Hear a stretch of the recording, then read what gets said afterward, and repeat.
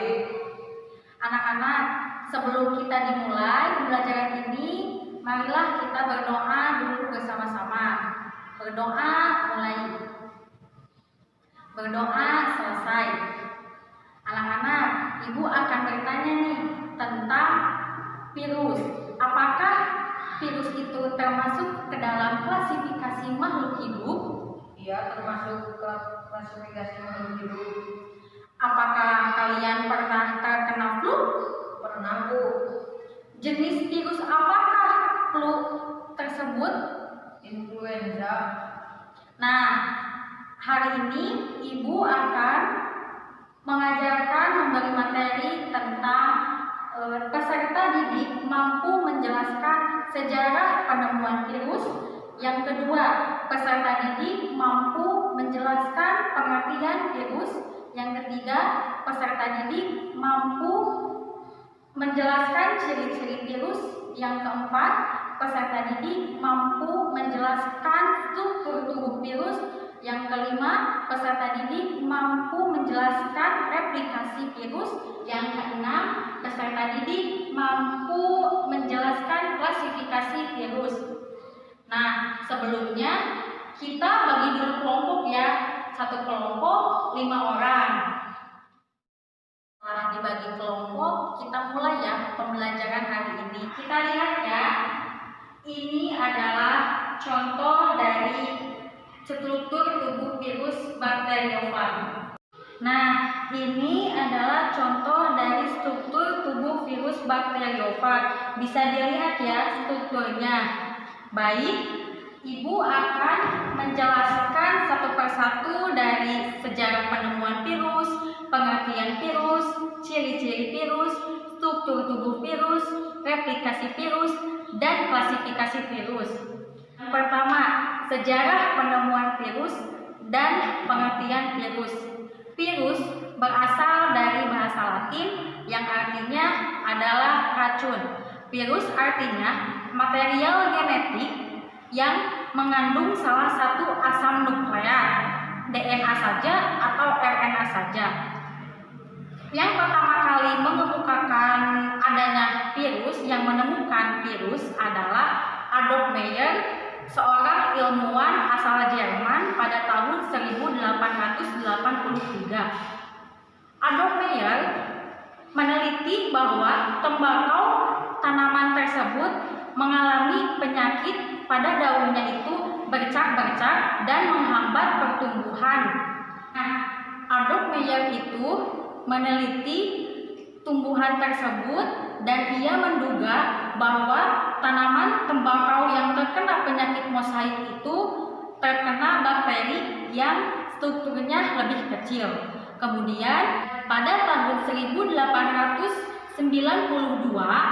seorang ilmuwan ahli botani asal Rusia yaitu Dmitri Ivanovsky meneliti tanaman tembakau tersebut dan ia membuat saringan untuk menyaring bakteri yang didesain khusus.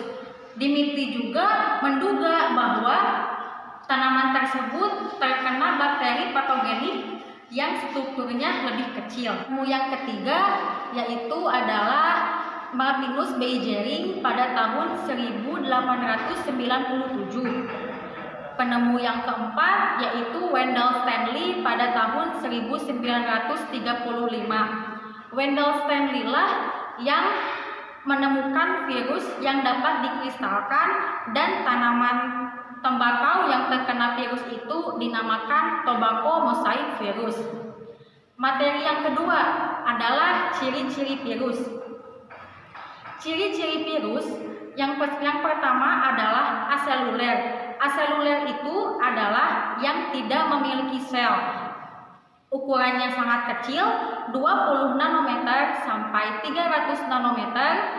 Ukurannya, bentuknya sangat bervariasi dari bulat, batang, oval, filamen, bahkan ada yang berbentuk T. Kemudian virus itu dapat dikristalkan. Nah, dari gambar yang tadi Ibu tunjukkan itu adalah struktur tubuh virus bakteriofag.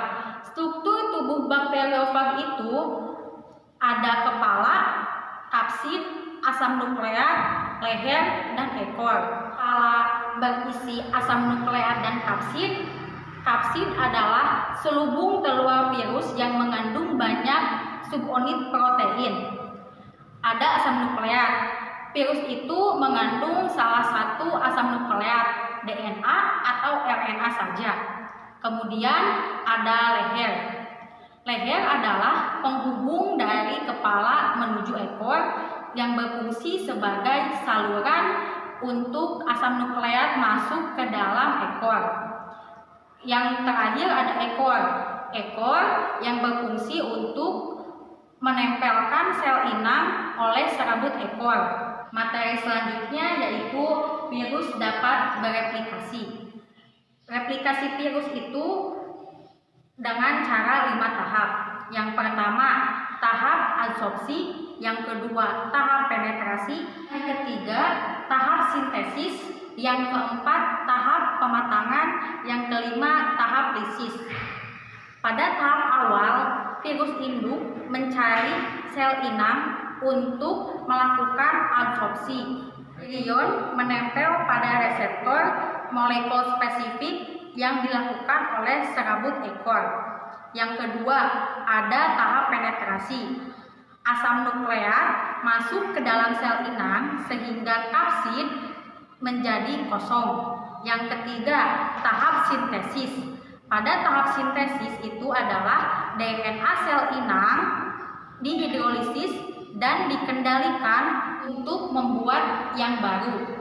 Kemudian pada tahap keempat yaitu ada tahap pematangan. Hasil sintesis yaitu asam nukleat dan protein dirakit menjadi struktur tubuh virus yang lengkap sehingga menjadi virus-virus yang baru. Dan kelima, tahap lisis.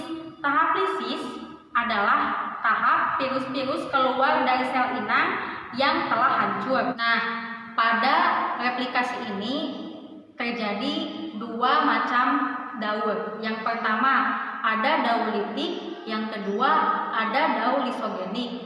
Daur litik terjadi jika pertahanan sel inang lebih lemah dibandingkan daya infeksi tubuh virus, sehingga 5 tahap itu terjadi bekerja dengan cepat. Dan daur lisogenik terjadi jika pertahanan tubuh virus lebih kuat dibandingkan daya infeksi virus sehingga sel inang tidak pecah. N-alpha berinteraksi ke dalam kromosom sel inang sehingga menjadi profag.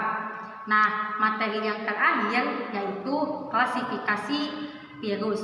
Virus dapat diklasifikasikan berdasarkan jumlah rantai gandanya atau rantai tunggalnya, jenis asam nukleatnya, DNA atau RNA, jumlah taksomer, morfologi, cara penyebarannya, enzim spesifiknya, sel inangnya itu apa. Nah, contoh dari virus yang klasifikasinya itu jenis RNA, familinya Saliciviridae, Arenaviridae, Flaviviridae.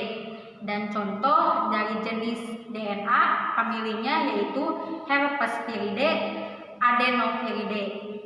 Nah, anak-anak dapat disimpulkan bahwa virus itu pertama kali ditemukan oleh Adolf Meyer, yang kedua oleh Martinus Beijeri, yang ketiga oleh Dmitri Ivanovsky, yang keempat oleh Wendell Stanley. Virus itu memiliki ciri aseluler, memiliki tubuh yang sangat kecil 20 nanometer sampai 300 nanometer, memiliki tubuh yang bervariasi, ada polihedral, filamen, bentuk T, bulat, kotak, oval, dan dapat dikristalkan. Replikasi virus itu ada 5 tahap. Yang pertama tahap adsorpsi, yang kedua tahap penetrasi, yang ketiga tahap sintesis, yang keempat tahap pematangan, yang kelima tahap lisis, dan memiliki 2 daur.